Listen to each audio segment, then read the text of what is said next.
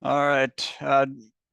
Welcome to the Masterclass for Workboards. We'll give just another second here and make sure everybody's good and connecting to audio, and then we'll get started.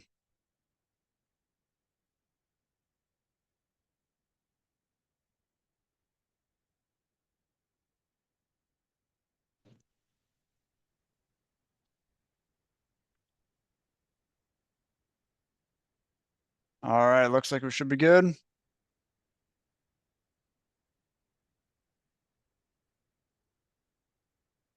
All right, so today's Masterclass is going to be on Workboards. So quick agenda. And first of all, I guess I'm Jordan Peterson, deployment leader here at Steelhead Technologies.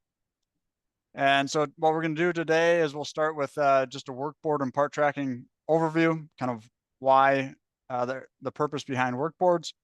And then I'll go through a software demonstration, and then we'll have a Q&A session. So if you can hold your questions for the Q&A session, as we have quite a bit to cover here. But if you do have questions and you want to throw them in the chat as we go, feel free. And then once we get to Q&A, we'd love if you would unmute your mic and ask questions by audio, but either way, the chat or audio works.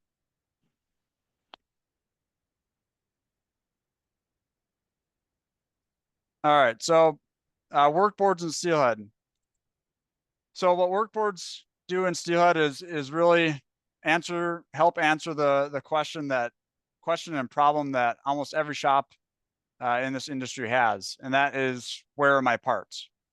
Right. So the workboards in Steelhead, as we'll go through here, help with part tracking. It'll help with a visual representation of where parts are in the shop for the operators. It'll allows you to communicate and provide information to operators digitally and without having to walk out into the shop. It can help with time logging, so we can have operators start timers on jobs as they're working.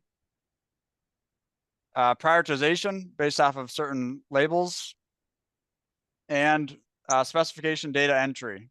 So if you do specifications in your shop and you need to put certain inputs to provide on certifications and whatnot, all this can be done all in one place by the operators and communicated back to the administrative staff as well.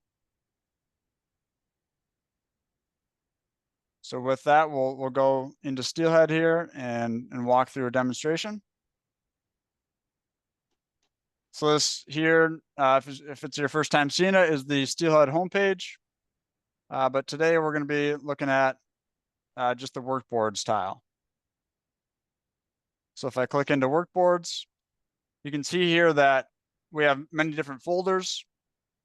And this is just a test system setup.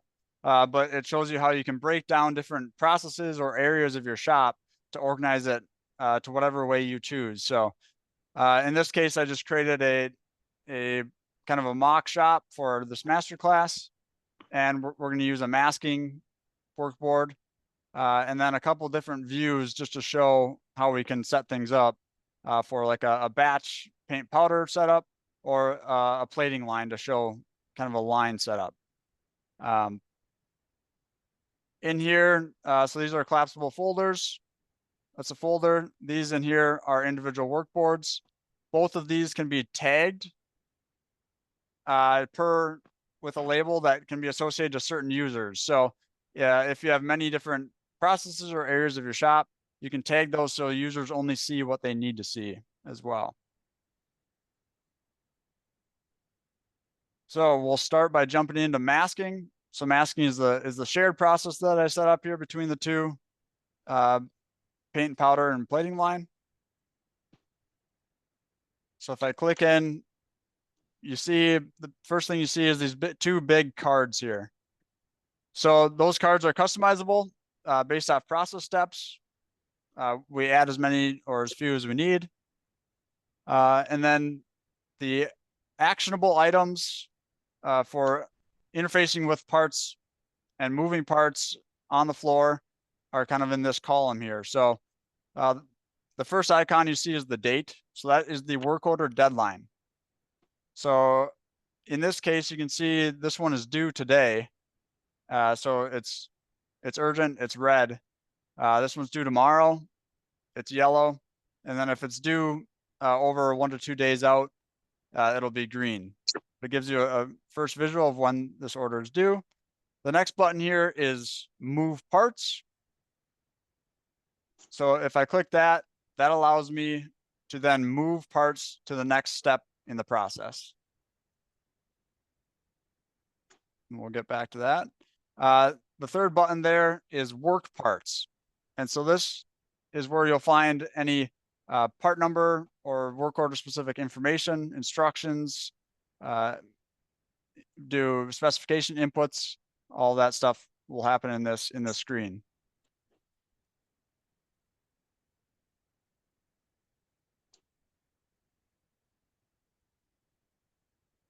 Okay, and then you'll see also some buttons up here at the top.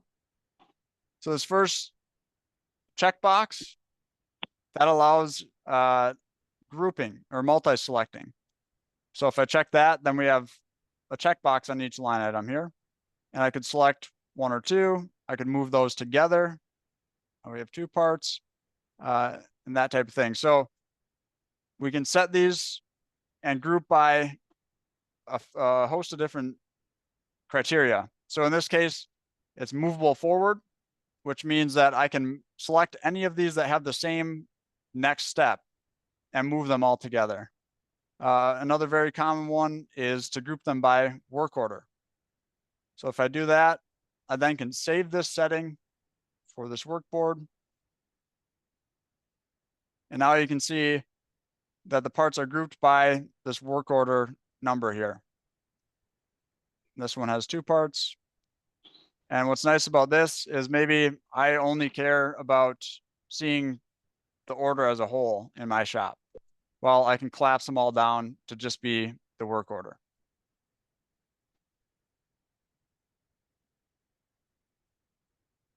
One other thing up here at the top is filters. So you could filter out if I only want to see Airbus parts, we can do that. Another common use case for finding parts is if you have a printed tag. So maybe you print tags with your parts just to attach with the physical parts in the shop. And you have this work order number. So we'll look at 696. And I could search right up here, 696. It's going to give me the parts that are on that work order, automated filter in there.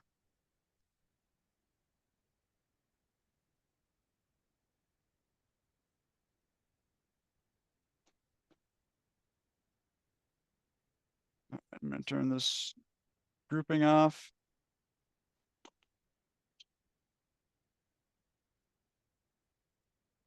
Sorry. Okay, the other thing here is you might see that we have labels on some of these parts.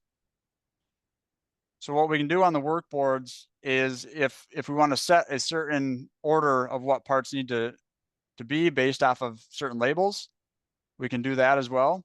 So if I come over to label settings here, and let's say I wanted this part with the extra careful label to be at the top actually for masking. Then I move that to the top. Maybe I want that expedite one to be next. And then I want maybe my unlabeled parts to be before any of these other labels because I don't care about them in masking here. If I then save those changes and then I turn on label priority, now you can see that that order switched. So now I have my extra careful part is going to be masked first, and then my expedite, and then my anything else that's left.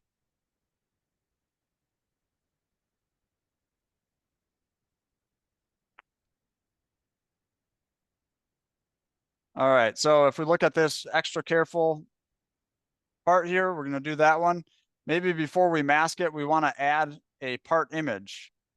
As you can see on the 2 down at the bottom here, we've added a part number image. And so that at any time, if we need to know what part we're looking for, or want a reference image, it's there. We can always just click on that image to make it bigger.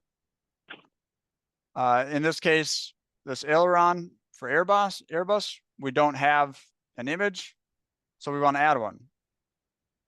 I can just click here. If I was on a tablet, which is the most common way of doing this, I could just select the camera and take a picture right in the shop there. In this case, I'm just going to pull over a saved image I have. You can drag an image in. It's there. And then let's say I was doing a drawing of the airplane here, and I just want to circle what the ailerons on that drawing are. So I can do some markup as well. And save. And now I have that image in there. I want to see what part I'm looking for. Pull that up. Okay, I'm looking for the airlines.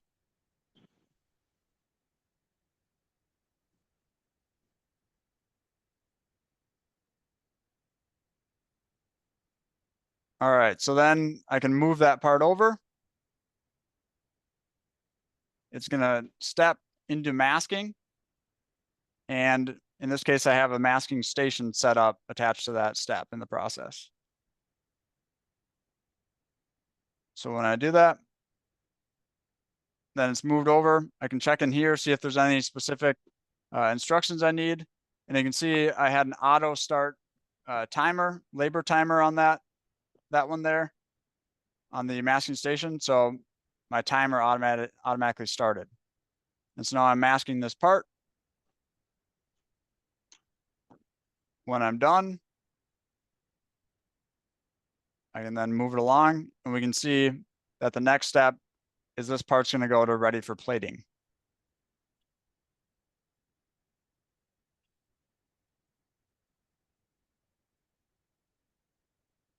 Now we'll do that again with the next part. And we can go out of order here too. If we needed, we can move any of these. In this case, we'll move this one over. Same thing, check. Okay, we can see that we have a part number description on this one. It's a suspension spring. You know, we didn't have an image or anything with this. We just had a part number called spring. And then on this work order only, we have a specific note that when we complete this one, we want to make sure we send John a picture. Right, so that's a note that's only going to be saved per the order. This description is saved per that part number, but these are all viewable from the workboards here. So I'm going to move that one along. Now we're going to do the wingtip. Now when I move this one in, I can now see on the work parts icon here that there's a green dot. And now that means that there's some sort of instruction that I, as the operator, need to reference at this step. So when I click into here, we can see here in the middle, instructions. It says, please mask areas that are circled in red and plug the areas that are circled in blue. So if I expand this image a little bit, we can see that previously, before I created this order, I had added to the part number instructions at this masking step. And I circled, all right, these red areas I want you to mask. These blue areas I want you to plug. So I can follow those instructions. Continue masking. And then move along. Now with this last part here, this angle bracket, maybe I move it in to masking. And let's say this is the first step in the process. So I'm just taking it out of the package, but I want to save an image of what it looked like packaged. Well, one other thing we can do inside of the work parts here is we can add files. So this caret down in the bottom, we have a host of action buttons you can do here. You can put this part on quality hold if you needed to. Group and serialize, assign locations, upload part number files, upload part number and process files. So that's like an instruction at that certain process step, and a part number process description. So again, an instruction only at that process step.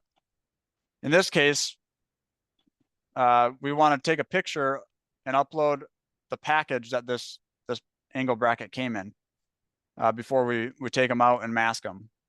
And so we only want to save that image to the work order. We don't want to save that image to the part number like this bracket image is up here, because the next time that part number comes in, we don't necessarily need to see how the old packaging was. So in this case, I'm going to upload work order file. And again, I could just take a picture with a tablet. But as I'm on a computer here, I'm just going to drag in an existing image. And now, so imagine I took that with the tablet, save that. So now I can see on this work order, this is how these angle brackets came in. So now when this gets moved all the way down to packaging, maybe I want to use original packaging, and I can see how they were packaged up when they came into the shop. So that's going to stay with the order as it moves throughout the shop.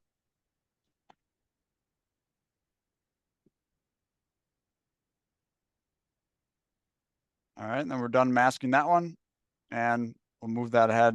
That's going to go to ready for plating as well. So there are a few other actions we can do when removing parts. We can rework. We can transfer, which instead of going just to the next step, it allows you to move backwards or to any step in the process. Scrap, we'll mark it as scrap in order to take it out of the system. Exit just exits the parts out of the system in case we had entered something wrong. And then complete will just complete that order, or that part on the order. But for the purposes of this demo, we're just going to continue this step, move it to the next step. So now if I'm in masking, my job is to mask. Now I've just completed my queue. All the parts have been masked and moved on to the next step. I don't have to worry about where they went. They already were predetermined. The steps were already predetermined before. And so I'm good to go. I finished my queue of work. But now let's say we are in the paint and powder booth area. That's where we're working now.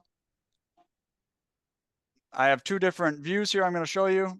But we'll start with just a paint and powder condensed view. And so we can see one of those parts that was masked had to go to paint and powder.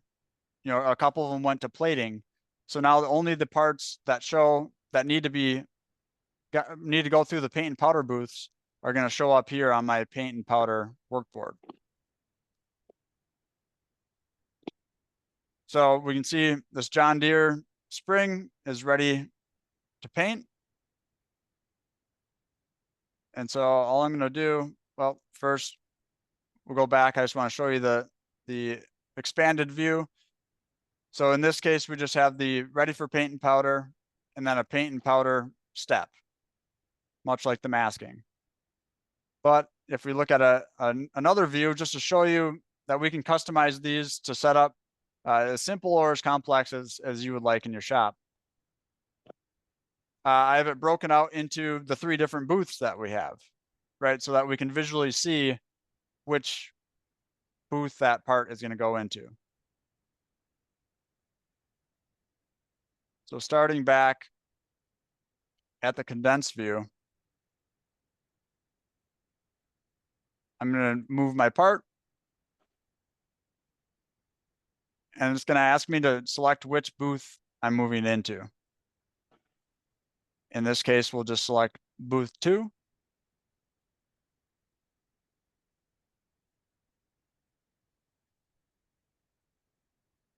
And now we're in the paint and powder step. So we can see we're in station 2. Now here in work parts, we could look for information. We can manage inventory if we're to deplete powder or paint. And on the workboards, now if I look at my expanded view, we can see that it's broken out. Instead of just being in the paint and powder step, we wanted it to be broken out by certain booth. And so we can see that it's right there in booth 2.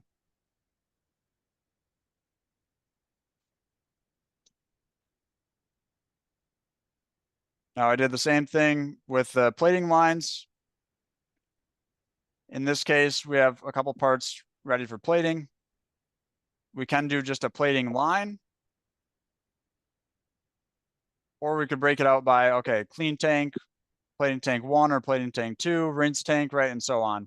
This is obviously a simplified example, but we can break it out however we would like in that way. So the last thing I'll show, we're coming up on time here. I want to make sure we have some time for QA. Is if I'm in plating and I move these parts through, they go into the plating line. Now, when they're done in plating, move to inspection. We can see that this one, now on this work parts icon, we have a red dot. And so what that means is if you do specifications in your shop, this is telling you that you have some sort of specification input needed at this step. So we plated it, now it's in inspection. When I click into here, we'll see we have a field to fill out. So it's wanting us to enter the thickness at inspection after plating the part. So in this case, it says the minimum is 1 mils and maximum is 3. And so say I plated it to 2 mils. We measure that, and now I'm green and good to go. Move it along as long as it passes inspection.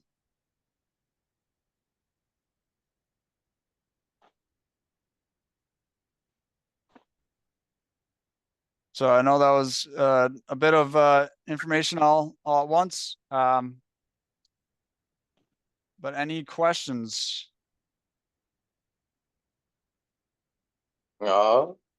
Can you hear me? Yep. So when you did the label settings, at what point, like, how do you add the labels? Do I have to be at the work order itself? Like I Add saw the how label. you could almost like categorize them by the expedites and stuff like that. Yep. So to add the label to the work order? Can that be done from the workboard? Yep, it actually can be. So if we're in here and we go to work parts, you can add labels right up here. Oh, heck yeah. Yeah. So you can do it there, or if you go to that work order. So if I click on this work order, it brings me to the work order page. I can always edit and add as many labels as I want here as well. And that's not tied to the part, just the work order. That's tied just to the work order. Yep. Okay. You can also add labels to part numbers as well, though. Yep, I know that part. Yeah. I guess my only other one would be I saw you do the markup for adding a picture, and I was trying to write something, so I feel like I missed the spot you clicked that you could start like drawing and marking. Oh yeah. So let's say we add a picture for this spring. I'll drag a picture in.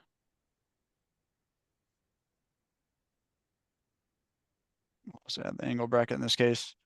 So once I upload a file, I can just select this markup button. And then up top there's the pen, or there's a highlighter. There's a few options there. And then you can just circle or whatever you need to put on there. Then click the check mark. Yeah. Check mark to save it. And then save.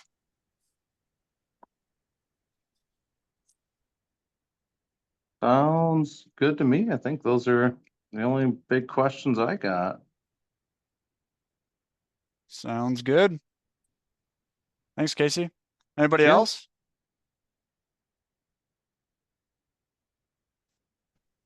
I got a question about the work instructions. If an operator is using the move button, does that bypass those work instructions on there so they could essentially just skip seeing any notes?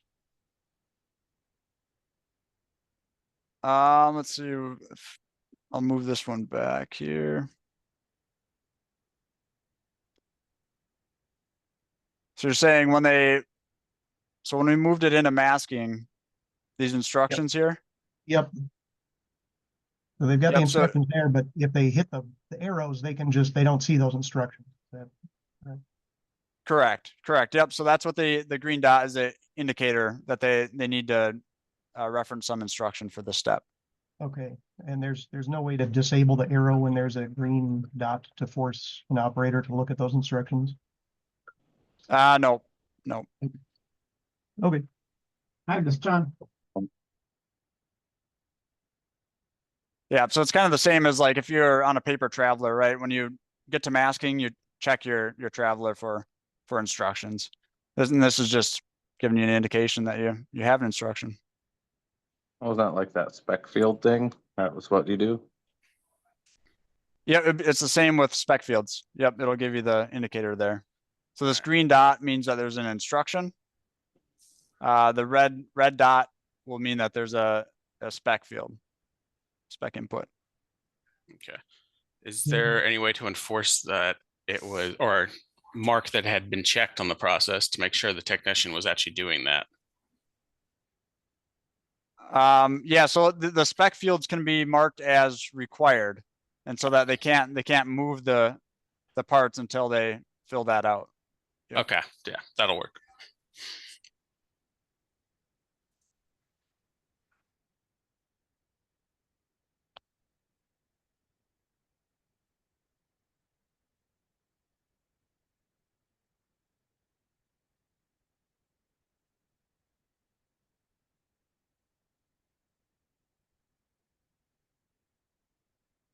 Any other questions?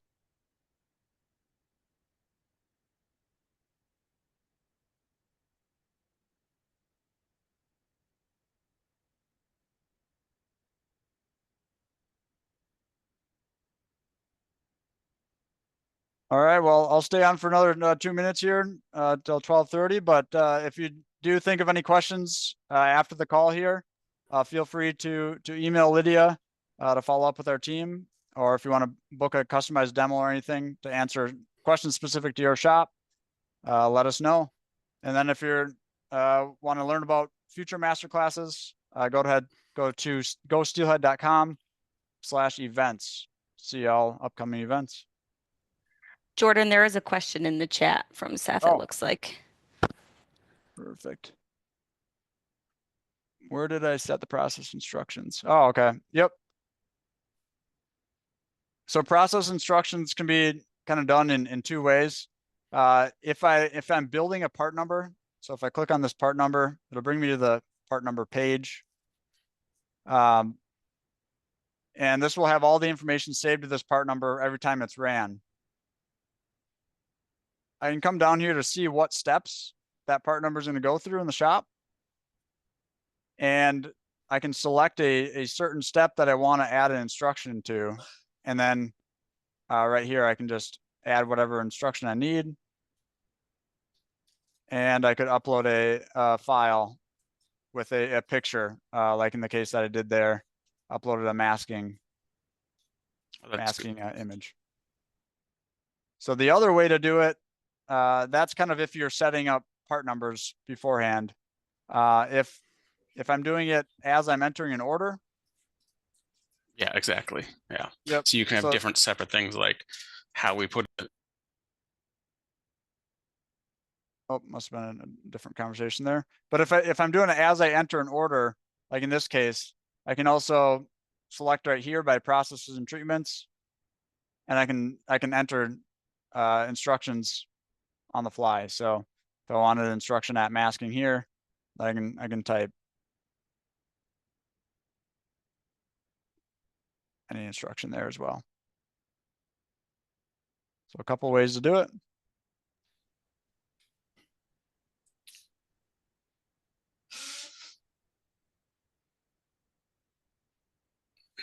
All right. Jordan, I'm a little curious about like equipment. How's that handled differently or the same as with the work orders type thing? Can you- Equipment. What do you mean by equipment? Well, I mean, if I have a piece of equipment and I want to keep records on it for certifications, whether it's like red tag for being down, whatever, I would just like to see your process if you can show that to me. Or if we're So are only you doing talking the work order. like maintenance or tracking the equipment that's used on an order? All the above. Okay. Yeah, so we do have another whole nother maintenance module. So that might be Okay. something that you want to reach out to our team and get more details on that. Otherwise, in the specifications, we can always add like an equipment field for you to fill out a certain to document what equipment was used or any of that type of thing. That's good. Yeah, that helps too. All right. Thank you. Yep.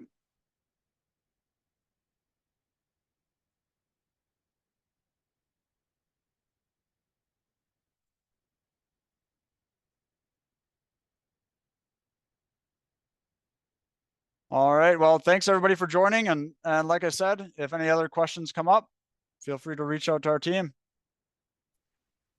Thanks, Jordan. Yep.